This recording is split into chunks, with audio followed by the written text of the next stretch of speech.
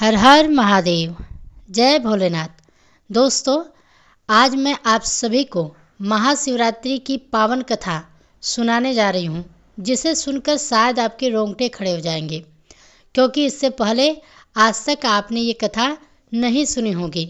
एक ऐसी कथा जो हर बार सुनने पर रूह को छू जाती है, मन को झकझोर देती है और आत्मा को शांति प्रदान करती है।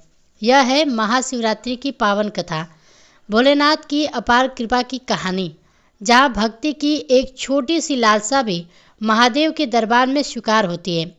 आप सोच रहे होंगे कि यह कैसी कथा होगी जो आपके रोंगटे खड़े कर देगी।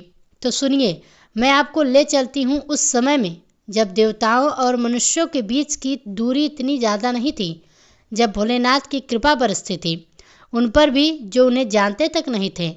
यह कथा है विश्वास की, पश्चाताप की और सबसे बढ़कर भोलेनाथ की असीम कृपा की। नमस्कार दोस्तों, मैं ज्योति पांडे आप सभी का स्वागत करती हूं अपने YouTube चैनल पर। दोस्तों, आज हम एक नई कहानी और एक नया वीडियो लेकर आपकी सेवा में उपस्थित हुए हैं। आज की कथा अत्यंत ही ज्ञानवर्धक और प्रेरणादायक है।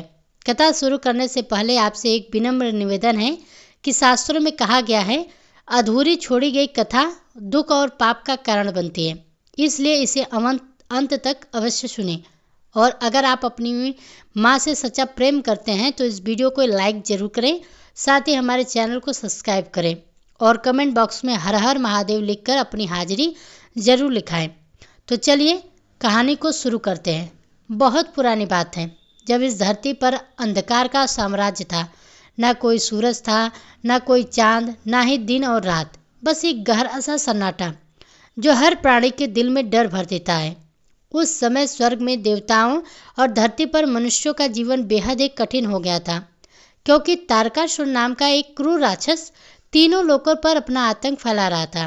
तारकासुर ने भगवान ब्रह्मा की घोर तपस्या करके एक ऐसा वरदान पा लिया था जिससे वह लगभग अमर हो गया था।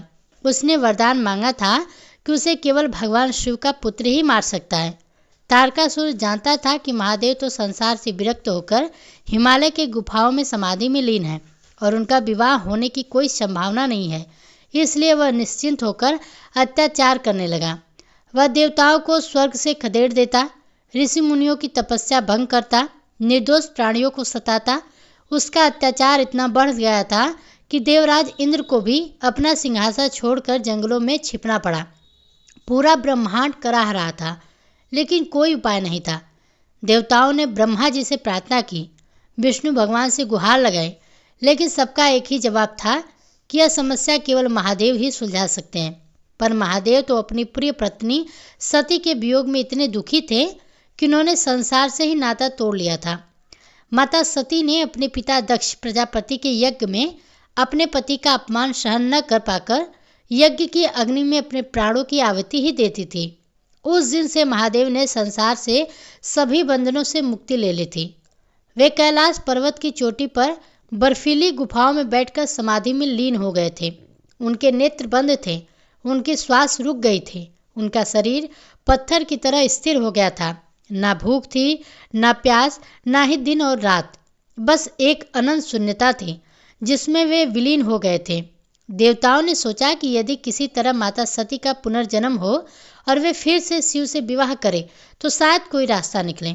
ब्रह्मा जी ने बताया कि सती ने पार्वती के रूप में हिमालय के घर में जन्म ले लिया है, लेकिन उन्हें अपने पूर्व जन्म की कोई स्मृति नहीं है।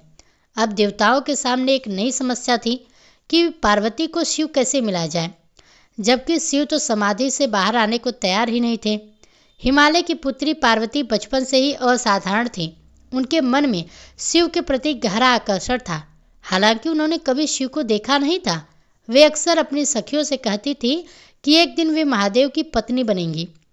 उनकी सखियां हंसती और कहती कि शिव तो योगी हैं, संसार से विरक्त हैं, वे किसी से विवाह नहीं करेंगे। लेकिन पार्वती के मन में एक अटूट विश्वास था। एक दिन नारद मुनि पार्वती के पास आए और बोले, बेटी, तुम्हारे पूर्व जन्म में तुम सती थी और शिव की पत्नी थी। तुम्हें फिर से शिव को पाना है, लेकिन यह आसान नहीं होगा। शिव तो समाधि में लीन है, उन्हें केवल सच्ची तपस्या से ही जगाया जा सकता है। पार्वती ने उसी क्षण निर्णय ले लिया। उन्होंने अपने माता पिता से आज्ञा ली और हिमालय की सबसे ऊंची चोटी पर जाकर शिव की तपस्या शुरू कर दी। कोमल शरीर था, ऊपर से राजकुमारी थी, कभी कष्ट नहीं सहा था, लेकिन शिव के प्रेम ने उन्हें इतनी शक्ति दे दी कि वे सब कुछ सहन करने को तैयार हो गई। बर्फीली हवाएं चलती थी तो पार्वती का शरीर कांप जाता, लेकिन वे टस से मस नहीं होती। भयंकर तूफान आते, बिजलियां गिरती, बर्फ गिरती, लेकिन पार्वती ध्यान में लीन रहती। वे एक पैर पर खड़े होकर तपस्या करती। दिन बीतते गए, महीने बीतते गए, साल बीतते गए, लेकिन शिव की समाधि नहीं टूटी। देवताओं ने देखा कि पार्वती की तपस्या से तीनों लोकों में गर्मी फैलने लगी है। उनके तप की अग्नि इतनी प्रचंड थी कि पहाड़ पिघलने लगे। तब देवताओं ने कामदेव को भेजा कि वह अपने पुष्प बाणों से शिव के हृदय में प्रेम जगाएं। कामदेव डर रहा था, क्योंकि वह जानता था कि शिव के क्रोध का सामना करना आसान नहीं है, लेकिन देवताओं के आग्रह पर वह तैयार हो गया। कामदेव ने बसंत ऋतु को साथ लिया। अचानक कैलाश पर बर्फ पिघलने लगी, फूल खिलने लगे, पक्षी गाने लगे। कामदेव ने अपने पुष्प बाण उठाया और शिव की ओर निशाना साधा। बाण छूटा और शिव के हृदय को छू गया। शिव की समाधि टूट गई। उनकी आंखें खुली तो उन्होंने देखा कि कामदेव उनके सामने खड़ा है। शिव को समझते देर नहीं लगी कि क्या हुआ है। उनके मस्तक पर क्रोध की रेखाएं उभर आईं। उनका तीसरा नेत्र खुला और उससे निकली अग्नि ने कामदेव को भस्म कर दिया। कामदेव की पत्नी रति विलाप करने लगी। पूरा ब्रह्मांड सन्न रह गया। शिव फिर से समाधि में लीन हो गए। अब तो स्थिति और भी कठिन हो गई थी, लेकिन पार्वती जी ने हिम्मत नहीं हारी। उन्होंने और कठोर तपस्या शुरू कर दी। अब वे केवल पत्ते खाती, फिर केवल जल पीती, उसके बाद हवा पर जीती। उनका शरीर सूख गया था, त्वचा काली पड़ गई, हड्डियां दिखने लगीं, लेकिन उनके चेहरे पर दृढ़ता थी और आंखों में शिव के प्रति अटूट प्रेम। एक दिन शिव जी ने एक वृद्ध ब्राह्मण का रूप धारण किया और पार्वती जी के पास आए। उन्होंने पार्वती जी से पूछा, बेटी तुम यह कठोर तपस्या क्यों कर रही हो? पार्वती जी ने विनम्रता से कहा कि मैं भगवान शिव को पति के रूप में पाना चाहती हूँ। वृद्ध ब्राह्मण ने कहा, अरे पागल लड़की, शिव तो अजीब है। वे शमशान में रहते हैं, भूत प्रेत उनके साथ ही हैं, गले में सांप लपेटे रहते हैं, शरीर पर भस्म लगाए रहते हैं। तुम तो इतनी सुंदर हो, तुम्हारे लिए कोई भी अच्छा वर खोजो। पार्वती को क्रोध आ गया। वे बोली, आप शिव की निंदा कैसे कर सकते हैं? शिव तो सर्वशक्तिमान है, वे ब्रह्मांड के पालनहार हैं, उनसे बड़ा कोई नहीं है। मैं उन्हीं को पति के रूप में चाहती हूँ, चाहे मुझे कितनी भी तपस्या क्यों न करनी पड़े। यह सुनकर शिव प्रसन्न हो गए। वे अपने असली रूप में आ गए। उन्होंने कहा, पार्वती तुम्हारी तपस्या सफल हुई।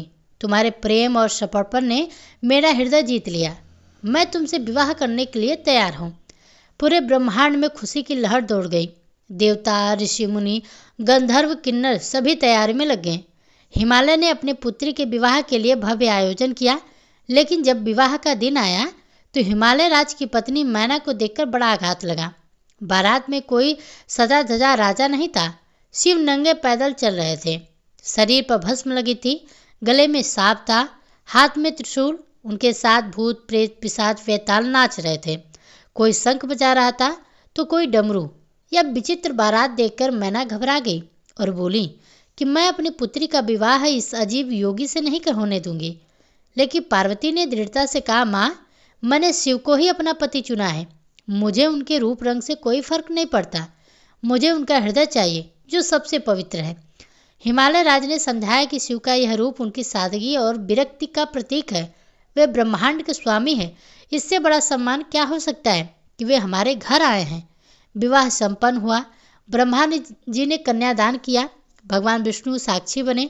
पार्वती जी ने शिव का हाथ थामा और वे 7 फेरे लिए। उस दिन स्वर्ग से फूलों की वर्षा हुई।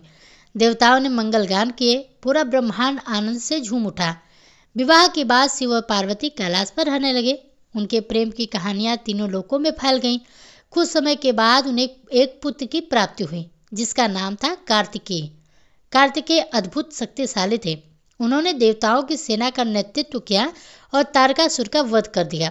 इस तरह ब्रह्मांड फिर से शांति और व्यवस्था की ओर लौटा। लेकिन ब्रह्मांड में समस्याएं खत्म नहीं हुई। देवताओं और असुरों के बीच हमेशा युद्ध होता रहता था। एक बार देवताओं की शक्ति क्षीण होने लगी, क्योंकि दुर्वासा ऋषि के श्राप से इंद्र का ऐश्वर्य नष्ट हो गया था। भगवान विष्णु ने सलाह दी कि समुद्र मंथन करके अमृत निकाला जाए, जिससे कि देवता अमर हो जाए। देवताओं और असुरों ने मिलकर समुद्र मंथन शुरू कर दिया।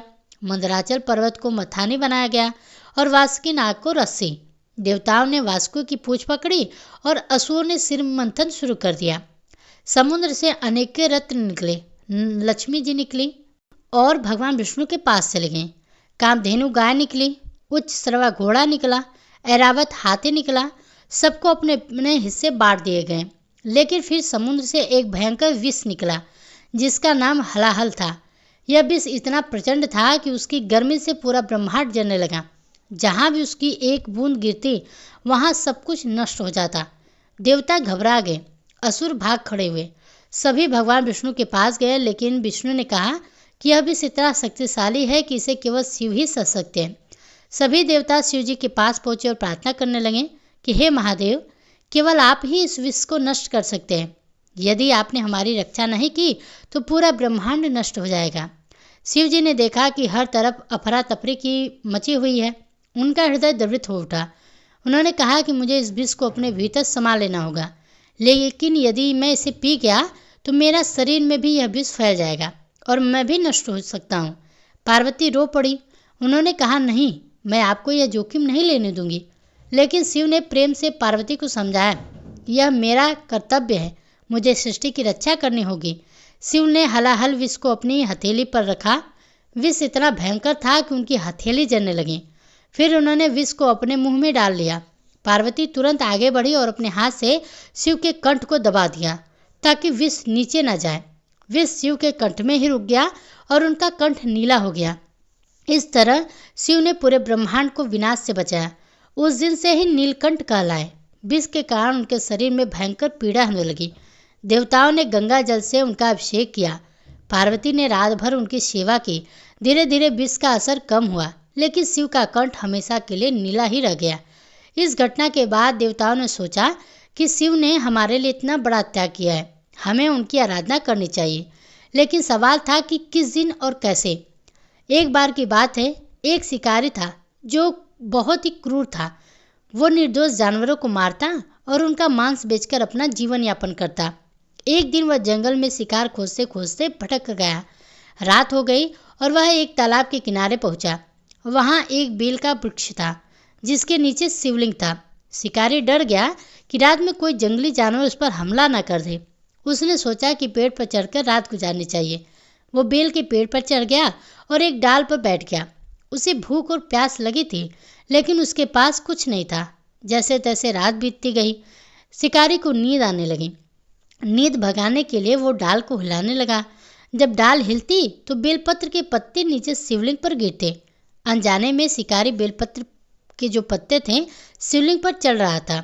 यह रात फाल्गुन मास के कृष्ण पक्ष की चतुर्दशी थी, जो बेहद ही पवित्र मानी जाती है। शिकारी पूरी रात जागता रहा और अनजाने में व्रत भी कर लिया। उसने बेल के पत्ते चढ़ाए, जो शिव को बहुत ही प्रिय है। सुबह हुई तो शिकारी पेड़ से उतरा। तभी उसे एक हिरण दिखाई दिया।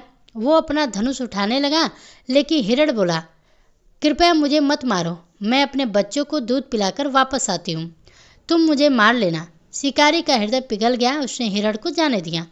फिर एक और हिरण आया और उसने भी यही कहा। शिकारी ने उसे भी जाने दिया। इस तरह 4 हिरण आए और शिकारी ने सबको जाने दिया। उसके मन में दया का भाव जाग गया था। शाम को जब वो घर लौटा तो रास्ते में उसकी मृत्यु हो गई।